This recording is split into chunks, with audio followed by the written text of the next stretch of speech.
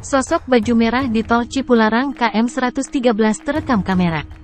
Sebuah video viral memperlihatkan sosok baju merah yang tidak diketahui siapa. Tiba-tiba muncul dan mengagetkan sebuah mobil box di tol Cipularang KM 113. Kejadian itu sempat diabadikan oleh pengendara lain yang merekam sosok baju merah yang berisiko membahayakan pengguna ruas tol Cipularang itu. Meski belum diketahui pasti siapa sosok baju merah tersebut, namun banyak dari netizen yang kemudian menginformasikan cerita lainnya terkait tol Cipularang itu. Sementara itu, sebelumnya video itu viral pada unggahan akun TikTok @cctv_bogor_oi_29 dengan disukai lebih dari 272.000 suka dan mendapat 9.000 komentar netizen.